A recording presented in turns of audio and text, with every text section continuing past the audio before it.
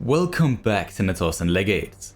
Today we're going to talk about the different resources, unique ports and wonders. We will then rate them in terms of how good they are, economy-wise, at improving our commerce and industry setup. We then will cover in part 3. And with that said, let's go straight into this video. In total there are 19 different resources in the game. Most are straight up made for the economy, others have a different purpose, such as copper and iron being able to produce armor and weapon upgrades for your units. Glassware gives an improved research rate, and not to forget, some of them are needed to build certain buildings. All are good in their own way, but for this setup we are looking at the best at producing commerce and other buffs. Smari was the one to rate them and do all the math, so I can't explain it to you.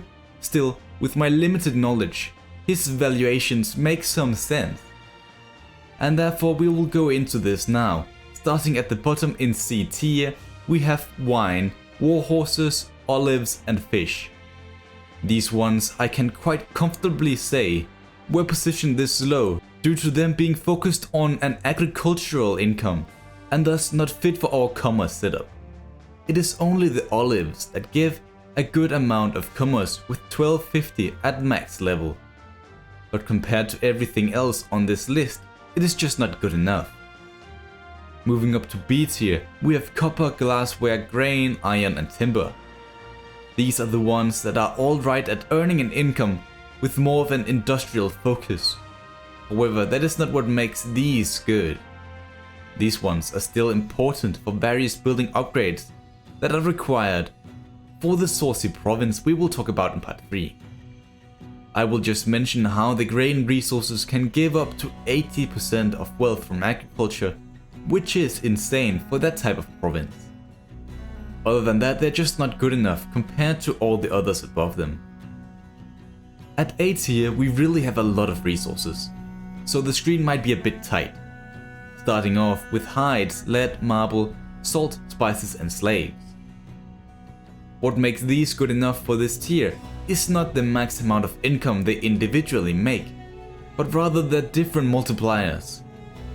To use hide as an example, it gives plus 8% wealth from industry in all regions. And as mentioned in the last video, this effect influences all regions in your entire empire, not just the ones in the province of which it is located. Same for marble with a construction cost reduction, and slaves to reduce unrest by 40% in all provinces. Not to forget all the other extreme multipliers it gives. The spice speaks for itself with a 50% wealth from all sources, although only for its own province, but still insane. And now, let's talk about the ones we've all been waiting to hear about. The best resources in the game for S tier, starting with amber, found in the northeastern part of Germania. With an incredible chain, 1800 wealth from local commerce, 12% wealth from all commerce in all regions, and above to an edict. It is extremely good, especially the multiplier, yet it gives a perfect reason to expand into Germania.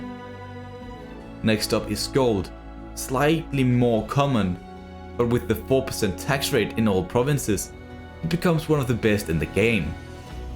There are only 4 of them though, one in Gaul, another in southern Germania, all the way in the east in Bactria, and the last one in Ethiopia, right next to the Medawi.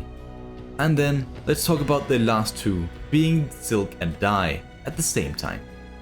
Both gives a high amount of commerce per turn with 2 insane all region multipliers.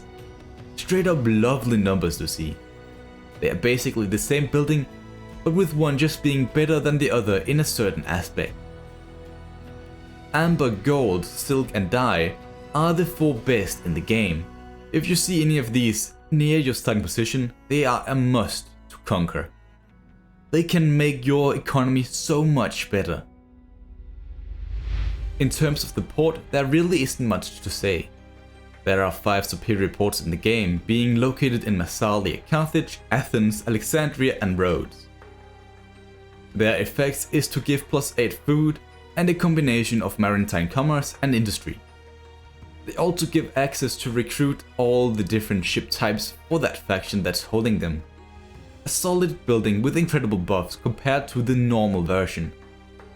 They are basically all the 4 different port types combined into one and just massively good. There's no downside to these apart from the squalor, but that is nothing compared to the buffs. And finally, taking a look at the new wonders added to DEI in 1.2.8.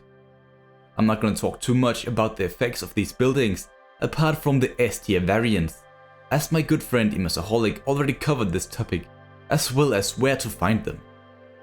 However, I will show them all and give you a chance to pause and take a look for yourself if you'd like.